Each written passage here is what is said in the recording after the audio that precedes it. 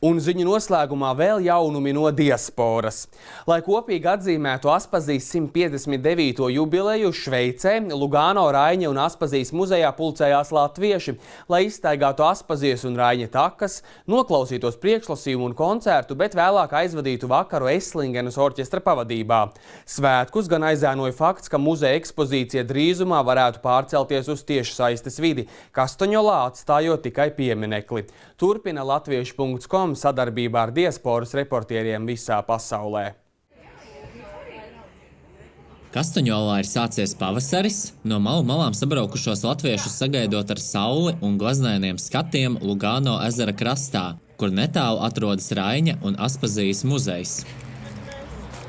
Bija bažas, ka varbūt tas laiks nebūs, bet bija viss tā kā uz pasūtījumu. Un sākām ar pastaigu.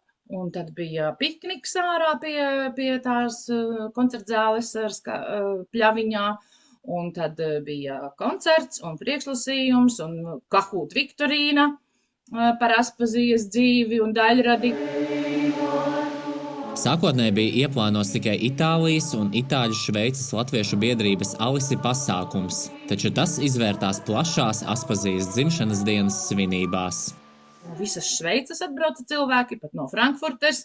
Mana koriste viena, kura mums ir koris no dažādām valstīm, tad arī no Varšavas atlidoja speciāli uz šo pasākumu, no Itālijas, no dažādām pilsētām, no Francijas puses, no Ženēvas, no Bāzeles, no Bernes bija stundas pavadījuši. Man liekas, ka tā ar auto vis tālākā bija Frankfurtes Ilze, kura bija 7 stundas braukusi.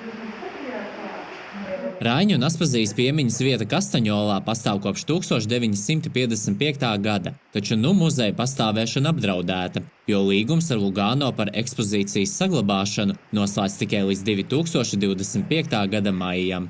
Iepriekšējais muzeja direktors, viņi bija ieinteresēti, viņi interesējās par Latviju, un līdz ar to viņiem nebija nekādu jautājumu, kāpēc to muzeju slēgt vai neslēgt. Šobrīd ir nomainījusies Lugano pilsētas vadība, ir jauna pilsētas galva, ir jauna kultūras departamenta struktūra, un jaunajam direktoram nav nekādas saistības, nekādas personiskas ieinteresētības Latvijā. Un līdz ar to viņiem piedāvām šveiciešiem ir ļoti daudz citu trimdinieku. Ik viens taču grib dzīvot trimdā Šveicē pagājušā gadsimta sākumā no daudzām un dažādām valstīm. Tas, ka mums šis muzejs ir svarīgs un tas, ka mums tas ir tāda ārkārtīgi nozīmīga lieta, viņiem tas ir viens no trimdiniekiem. Viņi nesaprot, kādēļ mums tas ir svarīgs. Un viņi to nesaprot tādēļ, ka mēs esam par maz centušies šai jaunajai pilsētas vadībai to pastāstīt.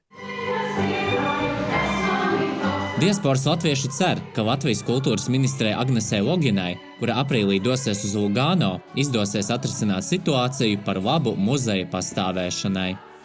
Latviešu.com sadarbībā ar diasporas reportieriem visā pasaulē.